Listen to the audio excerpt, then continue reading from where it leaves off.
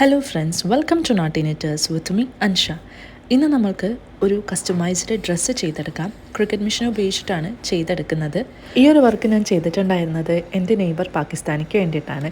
ആളെനിക്കൊരു model അയച്ചു തന്നിട്ടുണ്ടായിരുന്നു. അതുപോലെ മോൻ്റെ ഡ്രസ്സിലേക്ക് ചെയ്തു തരുമെന്ന് ചോദിച്ചു. ഞാൻ ഓക്കെ പറഞ്ഞു. ഇതാണ് ആ model, daddy's lucky and mamma's world എന്ന് എഴുതാൻ വേണ്ടിയിട്ട്. അപ്പോൾ ഈ വേൾഡിൻ്റെ വരുന്നത് ഒരു ഫുട്ബോളും പിന്നെ ഡാഡീസ് ലക്കി കഴിഞ്ഞിട്ട് ഒരു ഹാർട്ട് ഷേപ്പും കൂടി കൊടുക്കണം. ഈ ഹാർട്ട് ഷേപ്പ് മാത്രമാണ് റെഡ് കളറിൽ വേണ്ടത്, ബാക്കിയൊക്കെ ബ്ലാക്ക് കളറിലാണ്. അപ്പോൾ ഞാൻ ബ്ലാക്ക് കളർ അയണോണ് ഫസ്റ്റ് കട്ട് ചെയ്യാൻ ഇട്ടിട്ടുണ്ട്.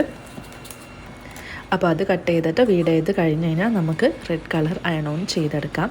അപ്പോൾ ഒത്തിരി പേര് ഡൗട്ട് ചോദിക്കുന്നുണ്ട്, ഇത് ഏത് ഷീറ്റാണെന്ന്. ഇത് സാധാരണ വിനൈൽ ഷീറ്റ് അല്ല കേട്ടോ, ഇത് എവറിഡേ അയണോൺ ഷീറ്റാണ്.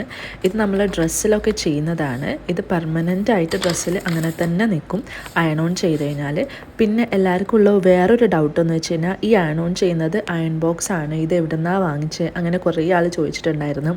ഇത് അയൺ ബോക്സ് അല്ല കേട്ടോ, ഇതിന് ഈസി പ്രസ് മിനി എന്നാണ് പറയുക. ഇത് ആമസോണിൽ നിങ്ങൾക്ക് അവൈലബിൾ ആകും, ആമസോണിലുണ്ട്.